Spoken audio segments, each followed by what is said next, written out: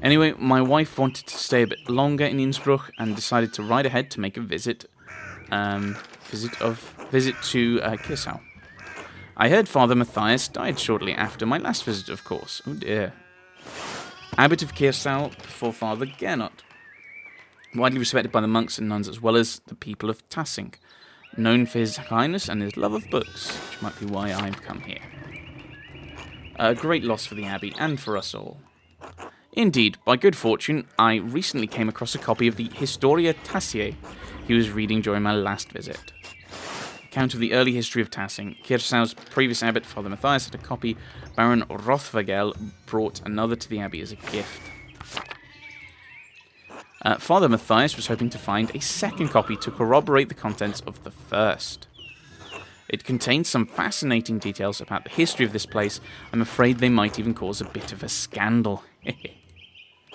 Ah, yes. Ooh, Thomas not happy anymore. But I must be off. There will be time enough to discuss Tassing's past later. I commissioned a manuscript from the Abbey through Father Gernot, and I have come to check on its progress. He's the person in charge. Oh, my lord, if you've come to see your manuscript, you should speak with young Master Marla here. Oh, no. Not quite a true master yet. I still have to marry and be approved by our city council. Andreas is a journeyman artist from Nuremberg. For the next few months, he's also helping in the Abbey's scriptorium. So it's, a room for writing, illustrating, and illuminating manuscripts. They're typically associated with monasteries. They have disappeared from almost all abbeys by the 16th century.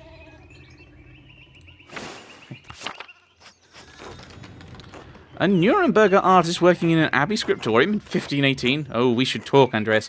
I must know the story. Surely my lord would find little... Oh, no, of course, my lord. It would be an honour. Wonderful. It's so rare to find someone in the countryside who knows anything about art. Thank you for the introduction, Father Thomas. Come to supper at the Abbey tonight. I'm inviting you to the Abbot's table. Oh, no, I'm already booked. Did the Abbot invite me? Oh, don't worry about it, Father. Just show up after Vespers. What is he going to do? Refuse us? Excellent. We will see you then. Niklaus, I'm dismounting. Run ahead of us and take the horses to the Abbey's guest house. I'd like to take my time talking with Master Marla. I'll meet you there. At once, my lord. I'm going to be so late for the Abbey. So then, a journeyman from Nuremberg. Forgive me for saying so, but you seem a little old to not yet be a master. You said you were unmarried? No, I'm not married, but in truth I came to my vocation later than my father and brothers. I was in university for a number of years at Erfurt. Erfurt! Wonderful, the same university as Martin Luther. Uh-oh. Erfurt is one of the most popular cities in the Empire and is located near its heart. It has been home to a respected university since 1379, a centre for humanist thought. Martin Luther, priest and professor of theology at the University of Wittenberg, controversial for his opinions on the Church's sale of indulgences to forgive sins, which were recently published and distributed throughout the Empire. So yeah, that's the big thing that kind of sparks the Reformation, is the selling of indulgences. And Martin Luther writes this. I've actually got a copy of the 95 Theses translated into English, and he's got like this, like each one is like it's like a different line, so it's like 95 lines, and there's like there's one set which is like 5 of them where he's like, now I really like the Pope, but I've heard people saying all kinds of horrible things about because of indulgences, like if he can get people into heaven with money, why doesn't he just get everyone to heaven anyway, without being paid? Is he so greedy? And it's like all these kind of really quite sarcastic comments about the Pope, and just like, I've heard other people say this. It's quite fun. Have you heard his work? Tremendous Mind. He says things about the church that should have been said years ago. They were, and people were burned at the stake. But might get him into trouble, but he's a brave, brilliant man. He's going to disappear quite shortly, I think. Wait, you may have even met him. Did you? You must tell me. No, he was a few years ahead of me. His ideas do seem fascinating, or his ideas don't hold much interest for me, I'm afraid. I mean, that's the thing, is the Baron seems to be very keen on him. Do I kind of try and get on with the Baron? Oh, well, I'm a bookworm, so it probably makes sense that I have read the books. Yeah, do seem fascinating. I agree wholeheartedly. I simply must meet him if I get the chance. I wonder if the good brothers of the Abbey have heard of him. They probably will have done. Perhaps they've even read his list of 95 theses against the church. Yes. List of propositions against the church's practice of selling indulgences for the remission of sin, written in 1517 by Martin Luther. Nailed to the door of the castle church, I believe it was, castle chapel, on the 31st of October of 1517. Father Matthias was not above having a lively debate. I hope Father Gernot does not disappoint in that regard. But enough about Luther for now. Tell me about your university studies. Did you attend university? You seem very well educated. Why so interested? No, but you seem very well educated. Ah, no, my family is merely wealthy enough to have provided me with all of the books and tutors a child could dream of. I love all knowledge, from Aristotle and Cicero to Ficino and Erasmus. So, Aristotle, the Greek philosopher and student of Plato, renowned as a polymath, he wrote on a wide variety of subjects. His work is extensively cited by current scholars, and even more work is attributed to him than he could have ever written. I think a lot of scientific thought was driven by kind of Aristotle's ideas, or at least ideas that were attributed to him around this time. And it was... anyone who kind of proposed things different to him was kind of shunned for, I think, for quite a while, I think. Right. Cicero, statesman, scholar, lawyer, and renowned orator of the late Roman Republic, he's revered both for his contributions to Latin literature and his skill at rhetoric. Don't know a huge amount about him off the top of my head. Or this fellow, Ficino, who I've not heard of. So, Marsilio Ficino was a 15th century Italian priest and humanist who was one of the leading figures of the Italian Renaissance. He is well known for his translations of the work of Plato into Latin. Okay, so if it's primarily translation, that might not be something that I would have come across. Erasmus of Rotterdam, who was kind of agreed with Luther about some things and disagreed with others. A Dutch priest and philosopher who is preeminent among northern humanists. He's known for his works in Latin and Greek, as well as his calls for reform within the church. He does, I think, at some point become a bit more wary of reforming, of at least arguing for reform in the church. I may have misjudged the Baron. It seems he's as well read as any university student. In truth, I am simply happy to speak with another well-educated man. Now then, did you earn your doctorate? Oh, wow. So, it's changed his... Oh, it's changed, like, the handwriting style. Okay, so it's... Okay. So the different kinds, are they? For different things. I know I didn't. Only a master's degree. I started working towards a doctorate, but didn't finish. Oh, that's a shame. Well, what was your area of study? Oh, wow. Medicine. So familiar with the basics of human biology, medicine, illness. Andreas knows the basics of the fractured system laws that govern the various states of the Holy Roman Empire. Or theology. Now, strong understanding of Catholic theology, biblical knowledge, canon law, heresies, and similar subjects. I've already kind of been like, oh, are they printing heresies? Oh, I'm well read. Oh, I've read about Luther. And working at the Abbey, I think, although working at the Abbey could just fit into it's a job, I think we'll go with theology, because that does seem to fit some of the other stuff. Theology, as odd as that may seem. Not odd at all. It's a good field of study if you want a position in the church. My late uncle was the abbot of Fulda. I spent many hours reading the manuscripts in their library with his permission. He was a pious enough man, I suppose, but he wielded great power from that abbey. If you had any faith, I would have prayed you'd never show your face here again. Curse you, Lorenz Rothfagel. Pecked as dogs, tearing you to pieces would be too kind a fate. These rustic communities display a shocking lack of hospitality, don't you think? What was that about? Who knows? By the time I finished guessing, the old crone will probably be dead. Okay, so you're lying. You know something. You've got an idea of what's on. Well, what of your early time in university? Every student must study the trivium and quadrivium. Yes? Oh, trivium. Trivium and quadrivium represents the lower and upper classes of a classic liberal arts university education.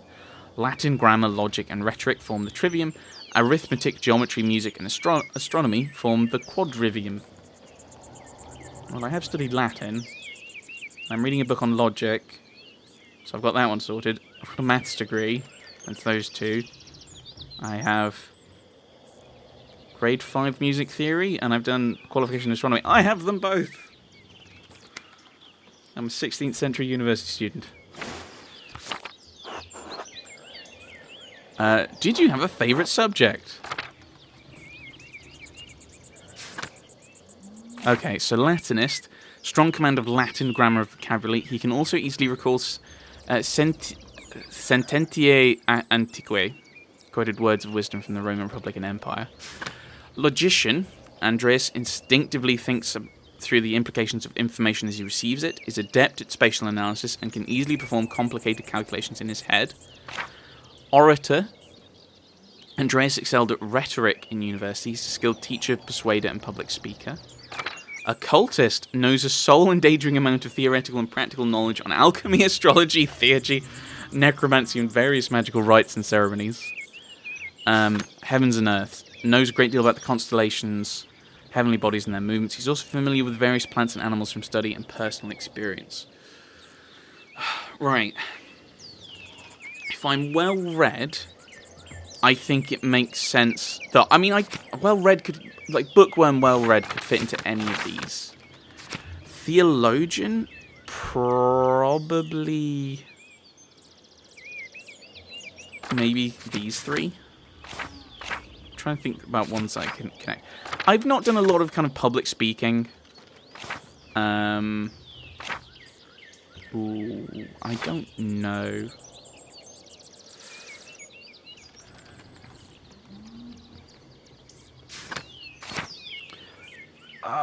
No. All right. Cause no, hang on. Because I failed. I didn't complete the study of theology. Why not? Was it I was distracted by something else? Probably. It may have been I wasn't a good orator. Because that's part of, like, you've got to defend your position a lot more. So it could be that maybe I don't have one of these two. Maybe I learnt Latin and was just reading a lot. Let's go with the Latinist then. I focused on Latin. It's useful in so many ways, but especially for understanding manuscripts, which, you know, bookworm works. Wonderful, a beautiful language used in the greatest empire of the ancient world. Tell me, what is your favourite sententia? Sententiae are commonly understood moral maxims, typically originating from ancient Rome or Greece. They may be employed as a sort of quasi-logical rhetorical shorthand among educated audiences.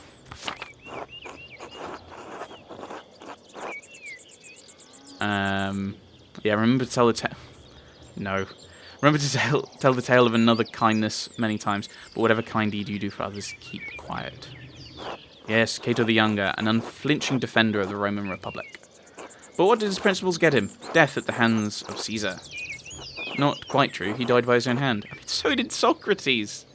But that was because he'd been found guilty of what was it? Oh, I have read The Defense of Socrates. And it was, I think he was accused of heresy, basically, and blaspheming against the gods. And it was like, okay, so I was like, so he got to first of all defend himself, whether he was guilty or innocent.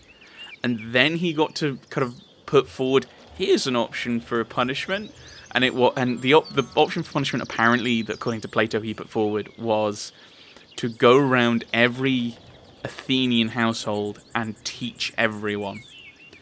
And so he was told he had to kill himself. No, the sentence was death, which is what the prosecution kind of had put forward. So he chose hemlock. But I mean, so he died by his own hands, technically. And when Caesar learned of it, he said, Cato, I resent you for your death, for you denied me the chance to spare you. Bitter end, but not without a measure of sweetness. And your other studies, was there anything else you excelled at? Oh, I get to do another one. Okay. Okay, so... So maybe I could go with Logician. I mean, that's the thing, is like, do I give myself skills or knowledge? It's kind of the two.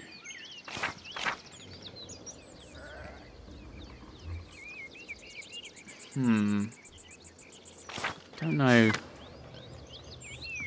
I want something a bit more of a humanities thing than complicated calculations in my head.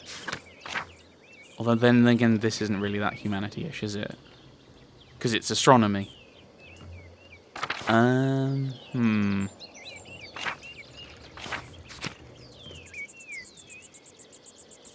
Heavens and Earth. Or Logician. I think... Logician. Let's go with Logician, I think. Alright. Logic, geometry, arithmetic. Quite interesting for an artist. Was Aristotle's organon the foundation of your study? Yes, the organon for logic and Euclid's Elements for geometry, but the past few centuries have yielded wonderful new texts on logic. Euclid, so mathematician of ancient Alexandria. Yeah, recognised as father of geometry, is most well known for his book of Elements, the foundation of all university education on geometry. I got it, I've not read it. One of my favourite things about it is Sherlock Holmes, in one of the stories, I think, complains about the way Watson is writing the stories, because in the stories, Watson's the author, and he's writing these adventures he's had with Holmes, and it's like, you add so much mystery, and you do it wrong, and it's like, it would be adding romance to Euclid's Elements. Which I always find quite fun. Peter Abelard provided the foundation of scholastic philosophy and established the primacy of Aristotle's work. Abelard, 12th century French teacher, philosopher, theologian, known for his philosophical work in logic and his theological work in atonement theory. He's also remembered for his love affair with his student, the renowned Benedictine nun, abbess, and scholar Eloise d'Argenteuil. Okay. The Englishman William of Ockham gave us the Somme Logique, arguing nominalism against Platonic realism, also Ockham's razor. 13th and 14th century English Franciscan philosopher and theologian, known for his commentaries on Peter Abelard's 4 books of sentences, his defence of apostolic poverty, and his writings on faith and reason. And of course, Thomas Aquinas gave us the tools to employ both faith and reason in the pursuit of truth. An immensely influential philosopher, theologian, and jurist in the tradition of scholasticism. Haven't read any of his stuff. Want to. All monks and friars, of course, a great deal of work to force Aristotle to fit within the Church's vision of truth. Is that so wrong? I question that these great men should have had to wrestle logic into what the Church established by fiat and force. What? That these great men should have had to wrestle logic into what the Church... What? So he's saying the Church is illogical, or has forced through things that they've had to kind of wrestle with.